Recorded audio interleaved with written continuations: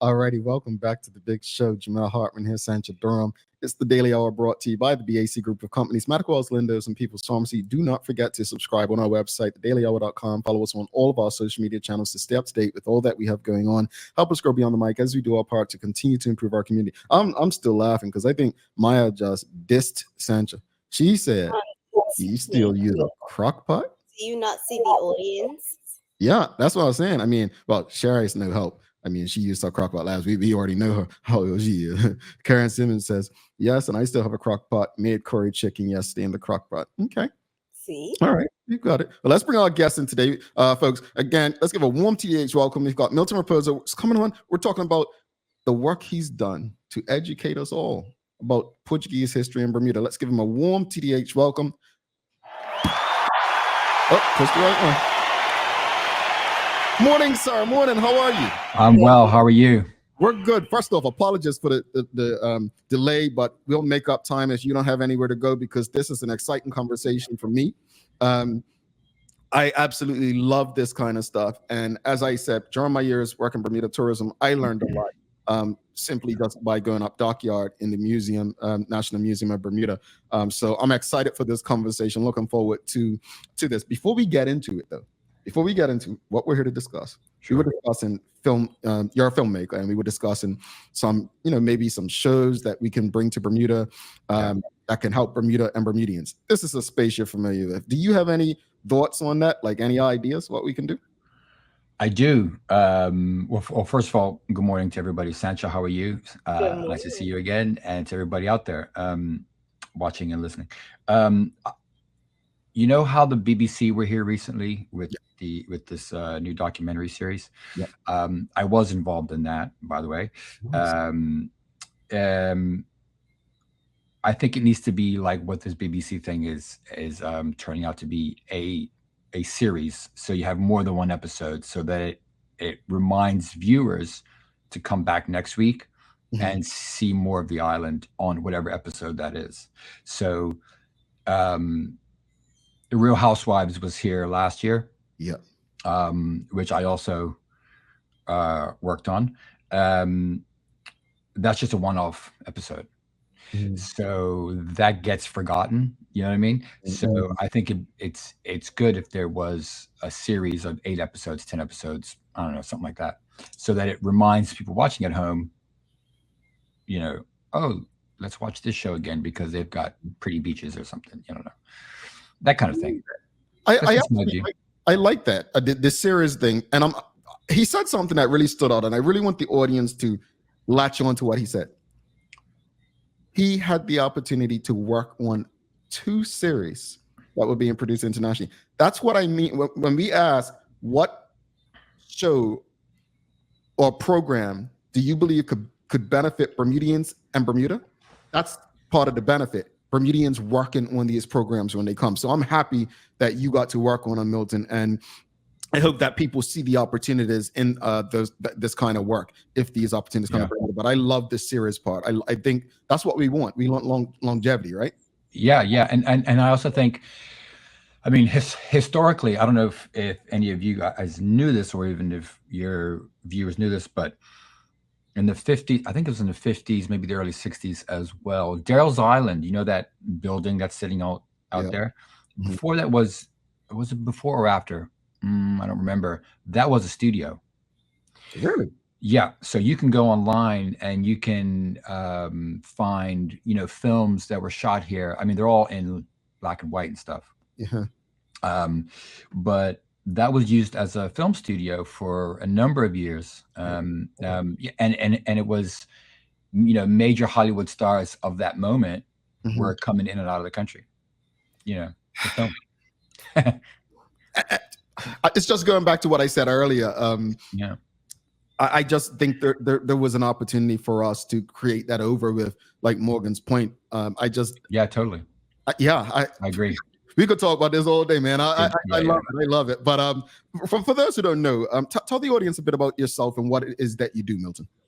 Well, my company is called Method Media. And it's when I say we, it's me, film everything from some tourism stuff to government stuff to corporate stuff. I do short films, documentaries.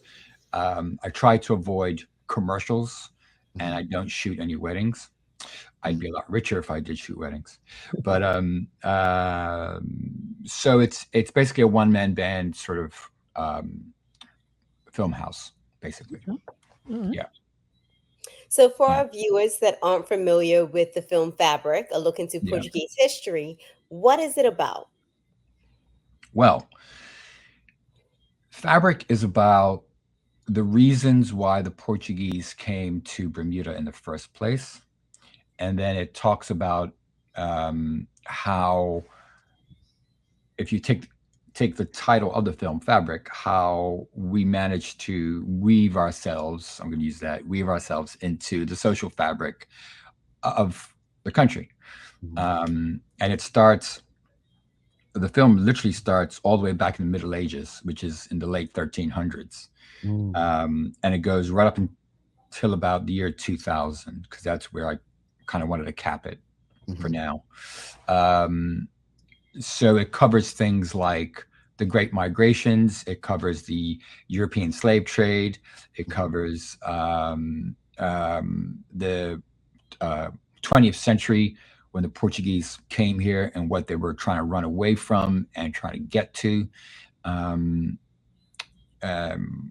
And then when they got here, all the stuff that they sort of encountered when they got here and up until the year 2000, basically. Interesting. So this film has been 10 years in the making. Correct. Talk us through what was that process like? Well, I started in 2008, 2009 or so, or I had the idea in 2008. I started working on it, writing a script, ideas, sort of working things out in 2009.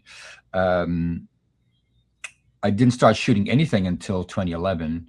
And then over that 10-year period, it was a stop, start, which is always the case with this stuff, right? So you try and get funding for a film, and then that funding runs out, so you can't keep going anymore. Then you have to raise some more. But so, and then so that was like a stop and restart, I should say, situation. And then in 2018, I got a call from the cabinet office, and they said they were asking about the film, what the status of it was, in anticipation of when the government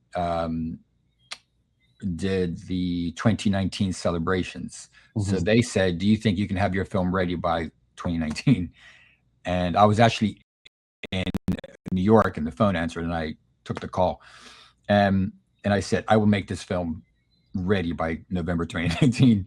So the bulk of it really was made between, I think, June 2018 and right up to the last minute, November 2019. Oh. Yeah, so it was all hands on deck, just my hands. And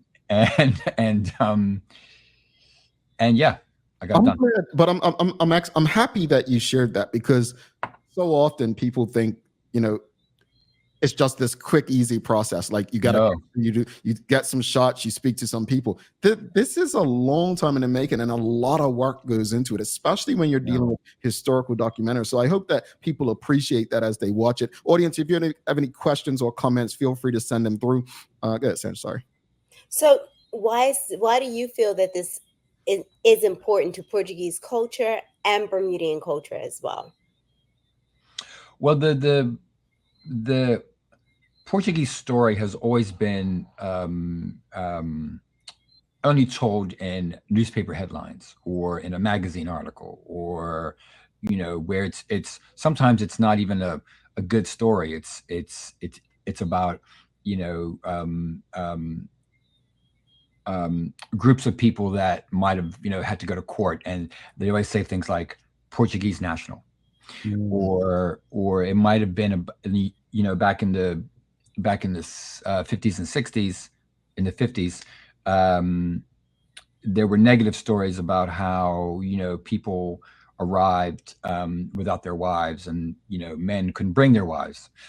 So it was always this kind of struggle story, right?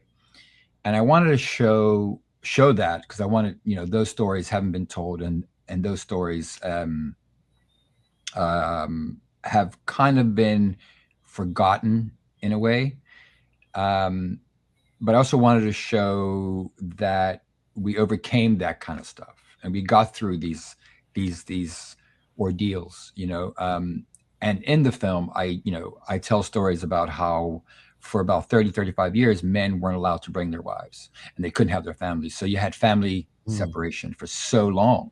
And of course, with that comes all kinds of attendant issues, right? Men by themselves, and then, God knows what. So I want to tell those stories, and I felt that was really important, and also to set the story straight on some things that, as a child, I was hearing that I was like, I'm not sure about that, and I need to figure this out. I'd always heard these stories, and I just want to get the truth. Yeah. Yeah. So I was watching the trailer, and one gentleman, he mentioned that the Bermuda government didn't treat the Portuguese immigrants well during those days. Yeah. In your opinion, and all the research that you've done, do you think that the Portuguese immigrant is more welcome to Bermuda now, and has that narrative changed a bit? Yeah, I mean, as I said just now, they weren't allowed to bring their wives, and so there was family separation. They were also only allowed to work certain jobs, and they were only allowed 4 job categories, right? So I remember when I was a kid, being at a family function, and a neighbor was there, and somebody said, "Oh, this man is there's a guy over there," and they said, "This guy's a nurse. He's a qualified nurse, but he was a pot washer." That's right. So that was all that he was allowed to do. Now, in the Azores, he was a nurse, maybe not making a lot of money, but when he came here to be a pot washer, he's probably making more money. So he'd send that money home. Right. My dad was a stevedore in San Miguel. When he came here, so he counted everything that came on the dock and everything that came off the dock. When he came here, he ended up, working on his uncle's dairy farm, because that's all that he was allowed to do. Wow. So, and I'm not saying, I'm not saying that any foreigner should come here and take a job from a local. I'm not saying that. But when you're denied what you've been working on, or what you're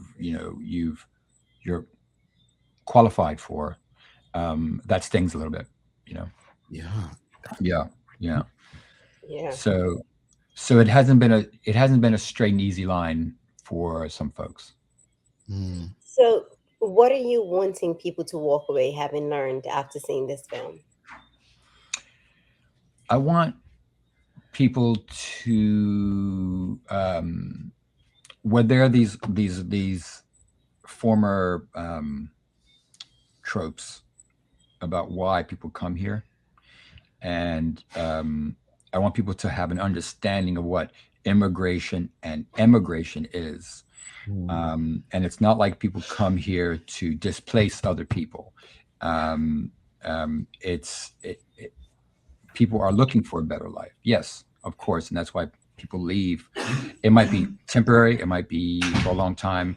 My folks had always had the thought that they'd go back, but it ended up, they stayed, had a family, and that's that. So I want people to understand that immigration and emigration can be a good thing in the development of a country. I agree. I agree. Yeah. And it's not always easy, it's there's a lot of sort of gray areas and stuff like that. No doubt. And in Bermuda, we have this very sort of, this history of people being brought here, which sidelines a whole bunch of other people, right? Definitely. Yeah, but I wouldn't want to sort of lump that into the Portuguese story too. Yeah, I want to go to the audience, but I remember the Sure. first story I heard about what Portuguese went through. He tunes into the show every now and then. We spoke about this privately, so I won't say, but Sure. from a Portuguese family. And he said, "Oh, this isn't my family's real last name." And I said, "Really?" Yeah. And he said, "Yeah, we changed our last names because when my family first came to the island, you know, they didn't want to be known as Portuguese or seen as Portuguese. So all of us changed our name to this, which was seen as more universal, and we would be accepted as white." I was like, I had no idea, because in my space where I was grew up, all I knew, most people in my space, all we knew about was the Black history part, right? Sure. So Yeah. we didn't understand it. So I appreciate that this is, you've put in this work to actually share this, because like I said, I wasn't taught this in school. Yeah. I first understood it when I went up to the museum up Dockyard. So I feel like this is something everyone should watch so that they can gain a better understanding. But you said some other things that, immigration is such a divisive topic, right? Yeah. The world, it's divisive. You look at Brexit, you look at the current election in the US and Bermuda. For years, it's been, people coming to take the jobs. And I think the reason it has been like that is, I don't think it's necessarily because of how the groups treat each other. I think it's because it's politically expedient, and it works for political reasons. So my hope is that, people, when they do watch this, they come out of it with a better understanding. But I want to go to the audience because we do have quite a few comments.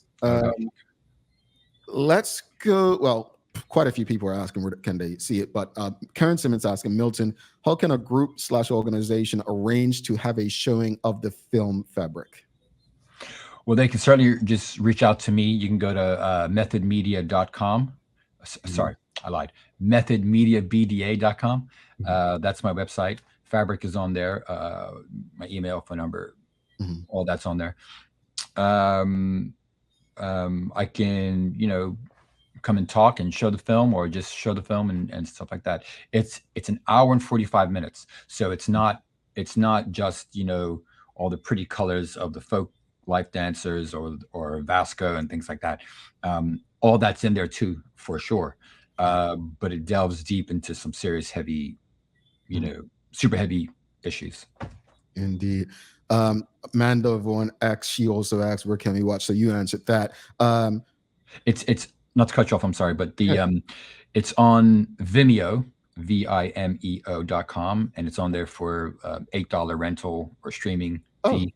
I should have said that first, but it's on there. And so far I've had about, 250 people, download it, as far as Australia. Oh, really? Yeah. So quite happy about that. Let's get those views up, folks. Let's get those views up. Renee Simmons says, I thought the Portuguese that came here in 1500s. Well, sorry, I thought the first Portuguese that came here was in 1500s. Wasn't it later discovered that Spanish rock was Portuguese rock? As a Portuguese landed there, not a Spanish person.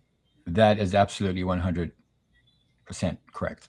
The sailors that came here, that everybody thought carved, Spanish rock, turned out to be Portuguese, and that was in the 1500s. But the Portuguese really didn't. There might have been like one or two that have, or some that showed up in between, but they didn't really arrive until when the Madeirans first arrived in 1849. Okay. Yeah. So that was like, 250, 300 years. So. Milton, we've got some questions. I hope you're not in a rush. Let's go. It's fine. Shoot. David Michael Wilson, he says, are there any local Portuguese histories to be found / need to be written? Well, that was one of the reasons why I wanted to make this film as well. I discovered along the way was, the Portuguese story, as I said, was just in newspaper articles or magazine articles, whatever. And when it came to histories written about Black people here, the Portuguese, story was only in there for maybe half a page, one paragraph. So but obviously, those texts are about Black history, so why would they be? So I just wanted to make this film. Now, are those texts out there? Those little bits of history, yeah, but you'll have to read a lot of things to get that story. So I guess no, not really. Monica Dunstan, she says, my Gigi always said the Portuguese were stuck in the middle, white skin, so didn't fit in with Black people, but not white enough to fit in with whites. Many families stopped speaking Portuguese to fit in. How did this work? Yeah. At the end of the film, I actually mention how in the narration how the Portuguese were caught in this kind of like middle space. They worked for lack of a better word, the oligarchy, or people that kind of ran the show, but they also made friends with Black folks and stuff like that. So they kind of inhabited this weird middle ground. And that's why they've also never really gotten, I think, involved in politics, except for some, a few people. Yeah, so they kind of sat in the background, or they were as it was said in the Wooding report of 1969 after the riots of 68, they stood in the wings. Right. Interesting. Yeah. Okay. I'm sorry. I'm learning it. No, seriously, I'm learning. Sure, but sure. We have two these comments are pretty similar questions, but Monica Duncan says, sounds like the same story the Filipinos are living now. Many have good degrees, but come here to be cleaners, etc. But Charles H. Jefferson II, he says, are there any parallels with the Portuguese community and other communities immigrating to Bermuda, such as Filipino community in recent times? I can't speak to the Filipino community because I don't know. I think there are people who are actuaries and auditors and things like that, and I think that's a benefit of the immigration situation that the Portuguese went through being taken away. I think yes, and there are nannies and there are cleaners, things like that.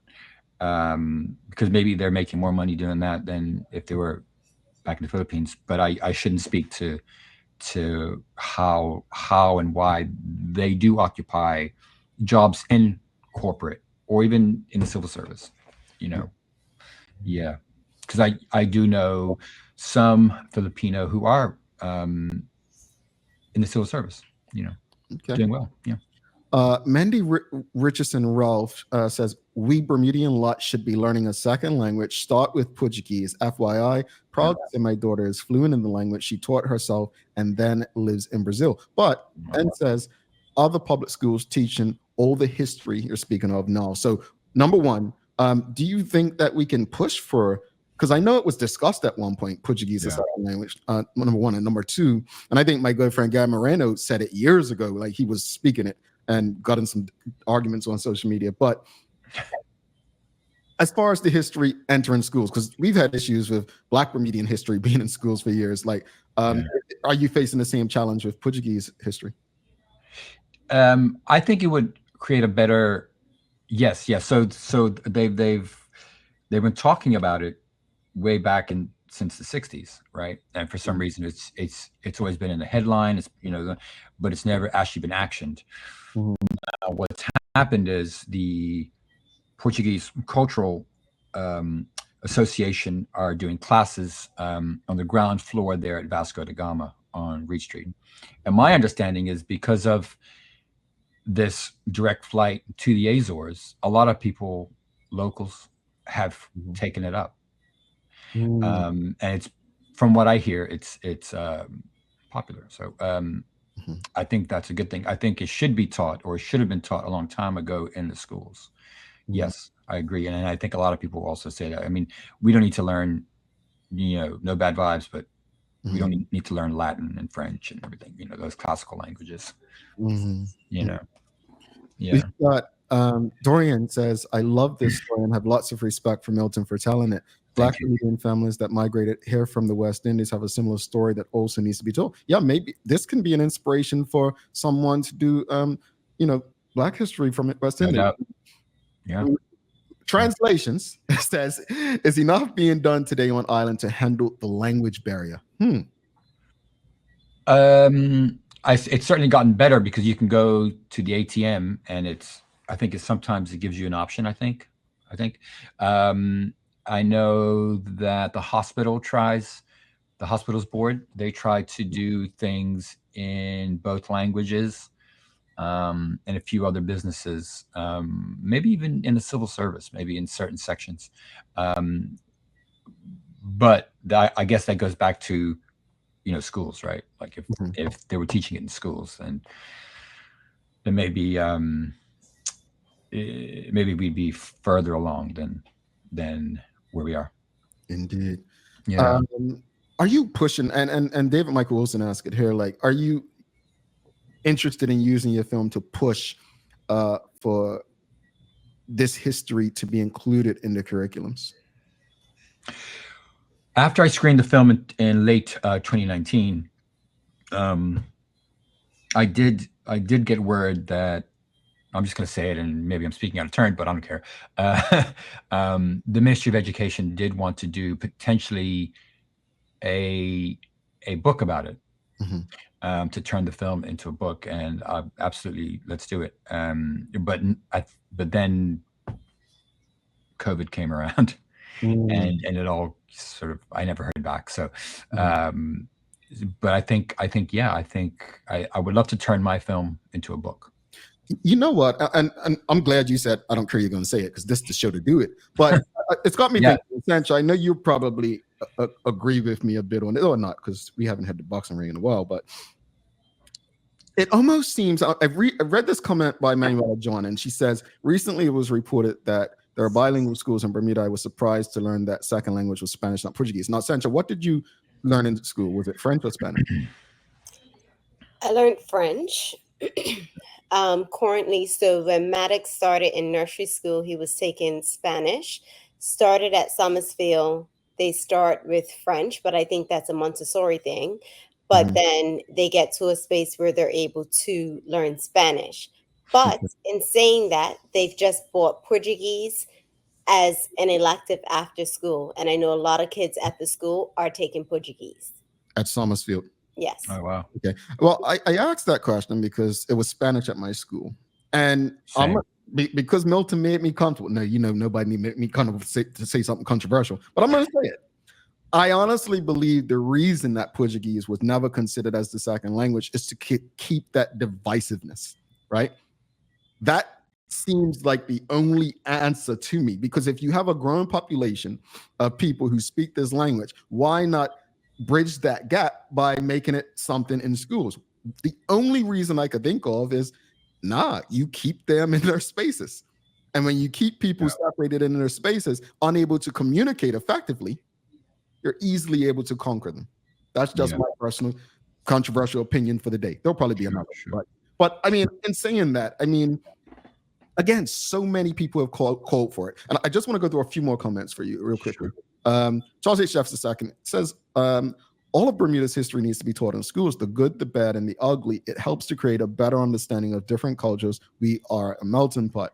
And then we'll go to this one. Karen Simmons says, outside of not engaging in politics, do you feel that there is a separation in not incorporating the Portuguese language in schools? Karen, I hadn't even seen your comment, but that's pretty much what I was just saying. But do you have anything to add to that, Milton? Try to put things into some kind of context. What you said for the reasons for not teaching the language, quite possibly is true. Yeah, sure. I also think that because the Portuguese were brought here to be, there's a gentleman in the film, he used to be an MP, Anthony Correa. He says that the Portuguese, even by their own standards, were thought of as second class anyway, because they didn't have they didn't come here to be lawyers and doctors and this and that. They were brought here to be dishwashers, farmhands, dairymen, or I don't even think they were gardeners. So already you're living in the stable like the second you show up. So why would the schools want to teach that language anyway? When you're a segment of the community that's in the wings, waiting in the wings, or backstage. So why would you want to do that? They would rather teach Spanish or French or Latin or whatever it is, because that's seen as more of a classical thing, more seen as a you can go to anywhere in the world and speak French. So that's what I think. Yeah. Yeah. Let's go to Instagram, because often I forget that we have people over there commenting. So we have Mia Chambray says, "Thank you for telling our story, Milton. There's so much power in sharing and creating, understanding that we are all connected." Sure, no doubt. And Yoga Poetry People says, "Fabric should definitely be shown in middle schools." Goes on to ask, any other films in the making we can watch out for that you're doing? Yeah. I'll just give you three quick ones. Last year I did a film about Lance Hayward, the jazz musician, the great Lance Hayward, for the government. And then this year they asked me to do a film about Ed Harris, Dr. Ed Harris from up in Dockyard. And now this year I've been making a film about the late Dr. Gary Burgess. I don't know. A lot of people know who Gary Burgess was, but I think a lot of people don't know that Dr. Gary Burgess was from Devonshire. He was born in 1938, and he left at he was maybe 16, 17, and he didn't come back until he was 63. But he was an opera star on the world stages. Oh, wow. Yeah. So Keeble Burgess, the captain up there at the BBC, that's his big brother, his older brother. And Dr. Gary Burgess was an opera star. He did all sorts of things. He sang with all the opera greats. And I know opera is a very niche sort of sector. But when you look at the details, he was the most celebrated Bermudian musician. And in the film, Keeble says, "Oh, it's weird that we had an opera star." You know what I mean? So that's what I'm working on. It's almost done. I'm hoping to screen it soon. All right, final question before you head out, Charles. Sorry, that was long-winded. Sorry. No. That was fine. But I know you got to go. But he's asking. I've heard the Portuguese were essentially brought to Bermuda to replace the recently emancipated slave labor. Is this correct? And is this something they'll learn in the film? It certainly came. So emancipation was in 1839, and the first Portuguese were brought here in 1849. Do I say in the film that that's the case? I do not, because I don't have direct evidence, or I couldn't find direct evidence saying that. So I know things get said. I'm not saying it's not true. I'm not saying it is true. I'm just saying I didn't find the evidence. Yeah. All right. I know it's a hot button question for sure. Understandably. Yeah. Times. David Michael Wilson. I lied again. And I said last question. Okay. No, it's fine. David Michael Wilson says, outside of rent and streaming, coming to a viewing, is there any other platforms to help get the word out, flyers, invitation? Well, first, David, let me answer that before Milton does. You can share the link of this program. Oh, I sure can. Not you. I'm telling the audience. They can share it. Share the link, folks. Share the program. Let people see what Milton's saying. But yeah, let them know. Look, tell them every way possible. No, so that no one has an excuse. It's in the chat there. So okay, perfect. But so no one has an excuse not to see it. Yeah, I would love to show it again. I once things kind of opened up after lockdown and all that, I screened it late 2022. So I've essentially had 6 sold out screenings, Wow. 3 and 3, in 2019 and then in 2022. I would love to show it again. I wish I could show it, once a year or whenever it is. I know that the 175th celebrations are coming up this year, and they're coming up, I think, next month. I'm gonna put the word out that I've not been called to show the film. Ooh. Right. So here is the history of why we're having these celebrations, and I've not been called. So that's it. Wow, folks. We're waiting on a call. That stinks. I don't know the reasons, but it stinks. But Milton, thank you for your patience. Thank you for coming on. Thank you for having this conversation. Thank you for having me. But also, we're looking forward to having you back to speak about some of the other work you're doing, but also promoting it until it gets in the spaces it needs to get into. I'm a firm believer that our history is, we today, where we are, who we are as a result of our history. And if, we don't know it, Rashida Godwin says it all the time. History helps us understand, where we are, how we got here, and how we can build on things. So thank you for the work you're doing. Just one more time, just share with people. The link's up, folks. If you haven't seen it, the link's up. If you're on YouTube or Facebook, you can go check it out. But how can people get in touch with you if they want to have a private screening? Just share your number or email.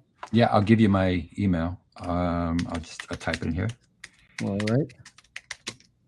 Is that how you spell it? Hang on a second. Because it's yeah. Okay, there it is. All right. And I'll also give you my number, but okay.